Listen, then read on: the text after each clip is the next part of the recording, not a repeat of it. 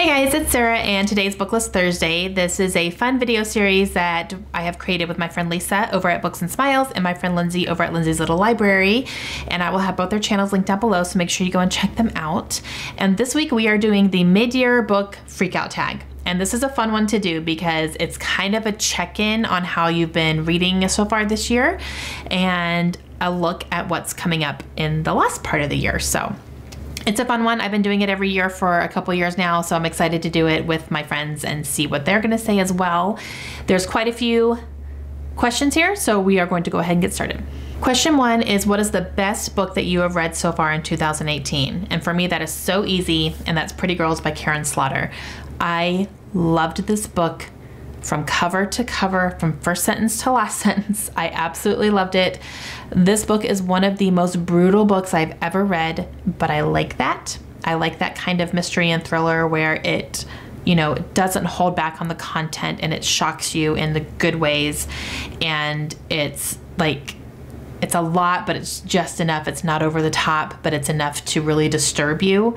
There are scenes in this book that I still have in my head, and I read this in February, and I still have these scenes in my head from this book. And I just absolutely loved it. It was my first Karen Slaughter book. I cannot wait to read more now. And I loved it. So far it's my favorite. All right, question number 2 is, what is the best sequel you've read in 2018? This one might be cheating a little bit, but I didn't know what else to say.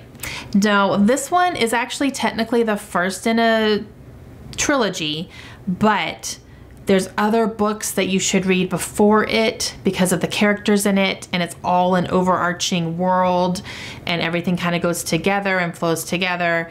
So I'm gonna call it a sequel just because I did need to read 3 books beforehand to get into this one to really understand all the characters. You don't have to, but it's good to do that. I'm probably cheating, but I'm gonna say it anyway. It's my channel, Clockwork Angel by Cassandra Clare. So this is the first book in the Infernal Devices trilogy, but you're supposed to read the first 3 books of the Mortal Instruments series first and then read this one. That's all to avoid spoilers. If you want to read all of the books, there's like a certain reading order. You're supposed to read them in kind of publication order. So I'm going to say that counts, and we're just going to go with it and everything's fine. All right. I loved this book. I loved this more than I thought I would. I liked the Mortal Instruments, but I loved this. The characters in here were so great. It's a prequel to the characters in the Mortal Instruments, but you're seeing some of the characters that have been mentioned before, and you're seeing the background and things that were happening, and it was fantastic. I absolutely loved it, and it really surprised me at how much I loved it. Question number 3 is a new release that you haven't read yet, but you really want to. And for me, that's going to be A Court of Frost and Starlight by Sarah J. Maas. This is the novella that has come after her Court of Thorns and Roses trilogy. So this is kind of a novella that's going to bridge the gap between that trilogy and a new series that's going to be in the same world, but following a different story arc.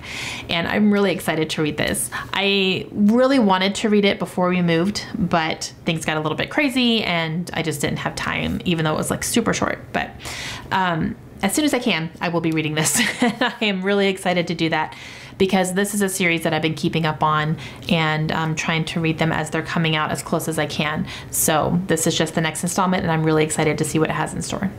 Question number 4 is, what is a new release that's going to be released in the second half of the year that you're most excited about? And for me, that's going to be another Karen Slaughter, and it's called Pieces of Her.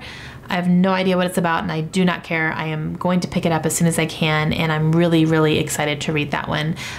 Even just one book into Karen Slaughter, I just want to pick up everything by her now.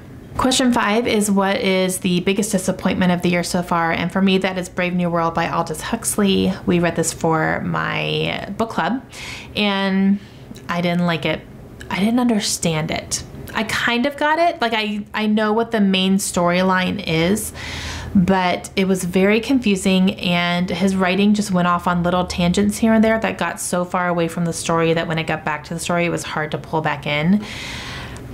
So yeah, I don't know. I didn't get all the hype around everyone like loves this book so much and it's so great and it's like a classic, and I'm like, okay, but I didn't get it. Question number 6 is the biggest surprise of the year so far. And for me, that is Unsub by Meg Gardner. I read this on my Kindle. I got it from NetGalley a while ago, and then I finally ended up picking it up. And oh my gosh, did I love this book. I am now fully invested in Meg Gardner as an author. I want to read everything that she has written so far. She's written a couple of series, and then this Unsub series is her newest one. And I just absolutely loved it. It is about a FBI detective that follows a serial killer who had been very active 25 years ago in the Bay Area, and then he disappeared off the planet, was not killing, was never heard from again. So they think he's actually like either dead or gone. And he ends up coming back and starts committing these murders again. And everyone immediately knows it's him. That's how prolific he was. And so you see this FBI agent tackle this guy and tackle this case and try to find out who he is. And it was very much inspired by the Zodiac Killer. And in the fact that he is taunting the police with public clues and public taunting, which is what the Zodiac Killer did as well. He did taunt in different ways. It wasn't exactly the same as the Zodiac Killer, but you can tell, like, you know, that's kind of what it was inspired by. And I just loved it. I could not put it down.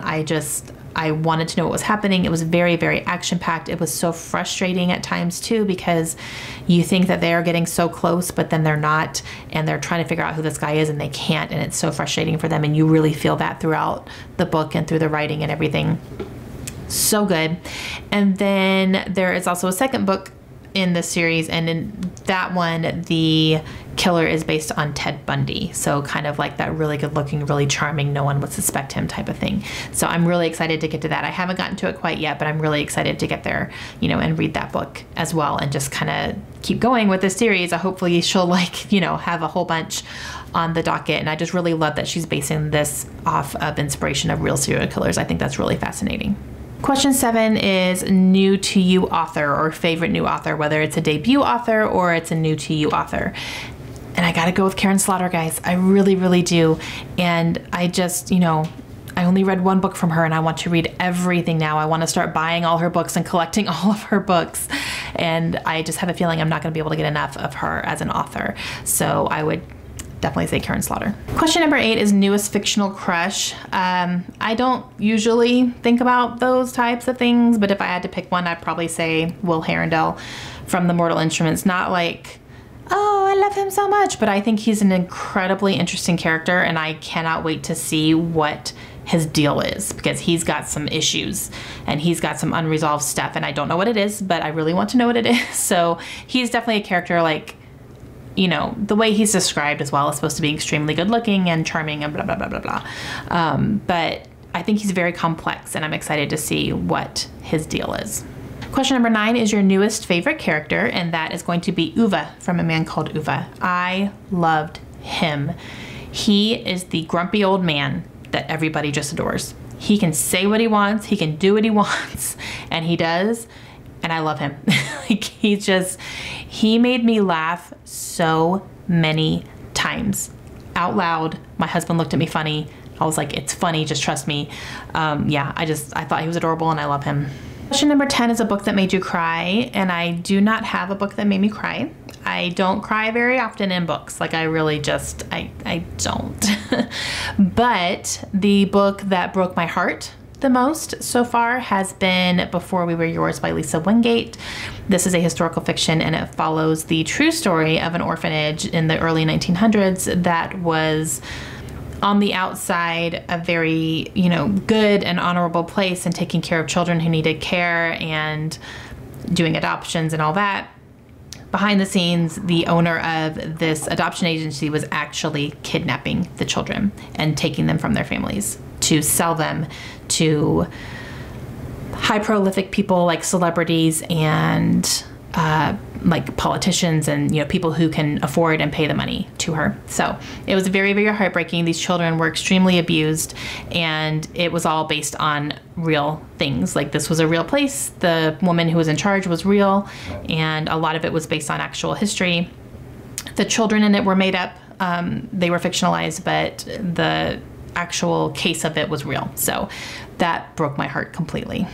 Question number 11 is a book that made you happy, and for me that was a reread, and that is The Night Circus by Erin Morgenstern. And this is the second time reading this book, and I just loved it. It is so incredibly magical, and I loved it just as much the second time as I did the first time, and a lot of it I forgot, so I'm really, really happy that I reread this.